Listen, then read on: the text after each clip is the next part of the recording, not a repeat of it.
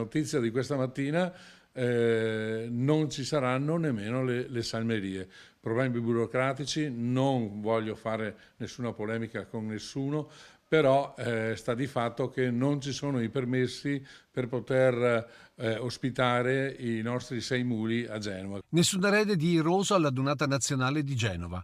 Grande rammarico, Vittorio Veneto, per questa decisione legata alla burocrazia ligure, che però non impedirà comunque ai conducenti di sfilare domenica prossima. I muli rimarranno a Vittorio Veneto, mentre i conducenti, gli sconci come cosiddetti, saranno comunque e sfileranno con noi.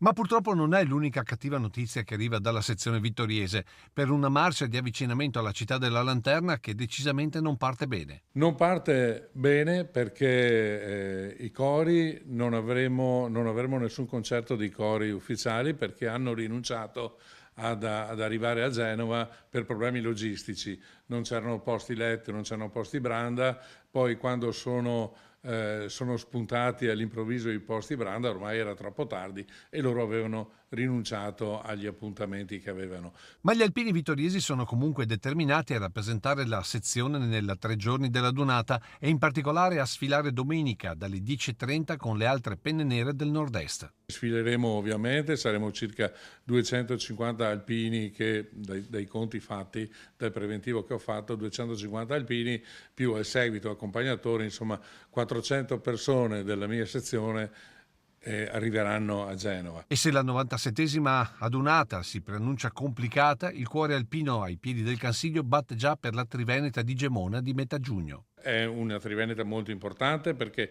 cade nell'anno del 50° del terremoto del Friuli, quindi a Gemona si stanno programmando e facendo delle cose in grandi, quindi noi siamo già proiettati verso quella data.